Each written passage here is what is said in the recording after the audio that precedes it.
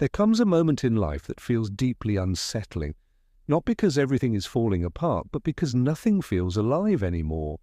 You're functioning, moving, speaking, showing up, yet inside something is quiet in a way that feels heavy.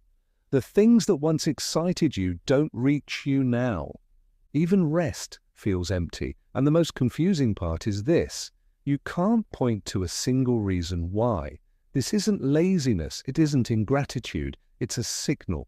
And if you listen closely, it's telling you something important about what you've been carrying for far too long. When nothing brings you joy anymore, it's rarely because life suddenly became empty.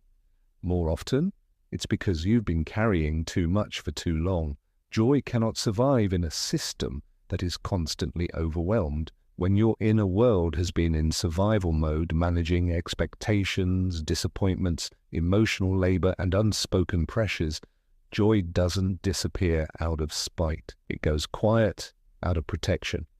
It steps back because your nervous system has been busy just keeping you functioning. Numbness is not the absence of feeling. It is the result of feeling too much for too long without relief. When emotions are never fully processed, they don't vanish. They pile up, and eventually your mind learns a coping mechanism. It turns the volume down on everything. Pain becomes muted, but so does pleasure. Excitement fades, motivation dulls. Even the things you once loved no longer reach you the same way. You may notice that you still do things, but you no longer feel them. You move through routines on autopilot. You smile when expected. You say, "I'm fine," without thinking. This emotional flatness can be frightening because it makes you question yourself. You wonder if something is wrong with you, but this state didn't come from nowhere. It developed slowly as you kept showing up while parts of you were being neglected. Joy doesn't vanish overnight. It erodes after repeated disappointment, unacknowledged grief, and prolonged self-silencing.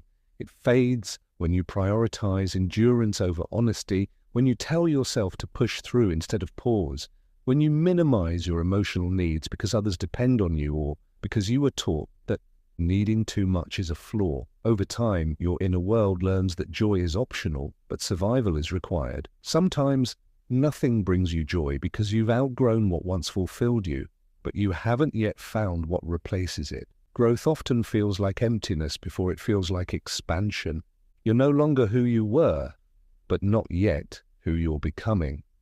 Joy struggles to exist in that in-between space, even though it's temporary. This loss of joy is often mistaken for laziness or lack of gratitude, but it's neither. It's exhaustion at a deeper level, not the kind sleep fixes, but the kind that comes from constantly being on, constantly adapting, constantly absorbing. When your inner world has been overstimulated and undernourished, joy doesn't disappear.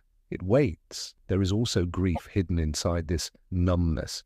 Grief for versions of yourself that didn't get to rest, didn't get supported, didn't get protected. Grief for moments you endured instead of experienced. This grief doesn't always look like sadness.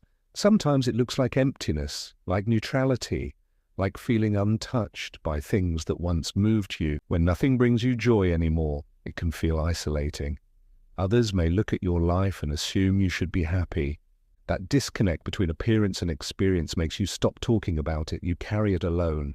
And loneliness, when internalized, quietly suffocates joy. The absence of joy is not a failure of character.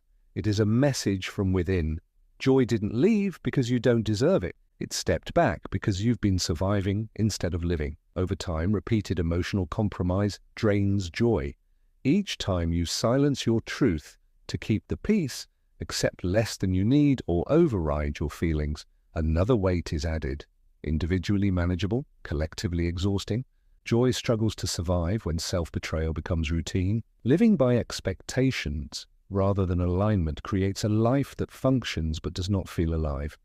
Emotional over-responsibility drains joy when you feel responsible for everyone else's comfort while neglecting your own.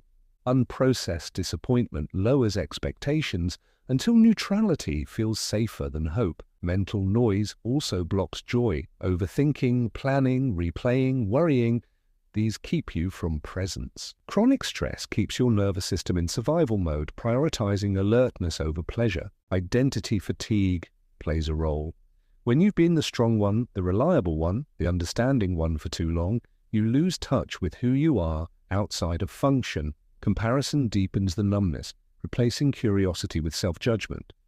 Joy fades not because you are incapable of feeling it, but because your inner world has been overburdened and underheard. Emotional suppression reinforces this numbness. When feelings were once unsafe or inconvenient, you learned to contain them, but you cannot selectively numb. Blocking pain blocks joy too. Control replaces flow. Analysis replaces experience. Spontaneity disappears. You may fear joy because it once felt fragile, so neutrality becomes armor, but armor blocks emotional richness.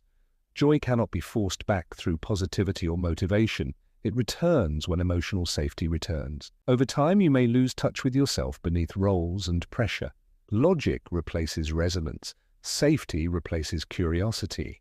Desire goes quiet. Rest becomes task-oriented. Guilt appears for not feeling happier. Stimulation replaces attunement, but nothing lasts. Disconnection creates unreality.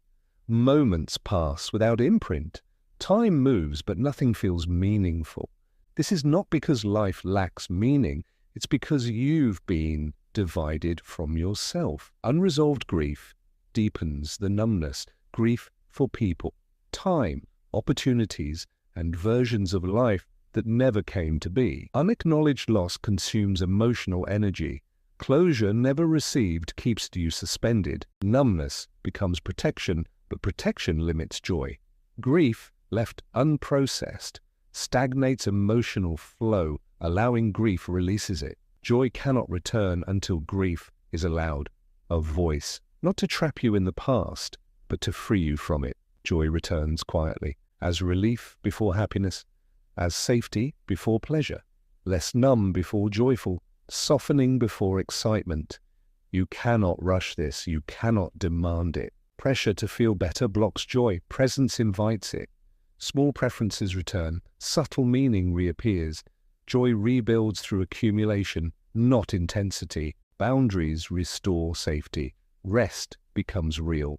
Emotional openness restores flow. Joy changes form, quieter, deeper, more grounded. You stop chasing what should make you happy and begin listening inward. Healing becomes non-linear, but you no longer abandon yourself when joy feels distant. Joy is not gone, it is resting, waiting for safety, waiting for honesty, waiting for you to stop forcing and start listening. And when it returns, it won't shout. It will feel like coming home to yourself, quietly, gently, and for real.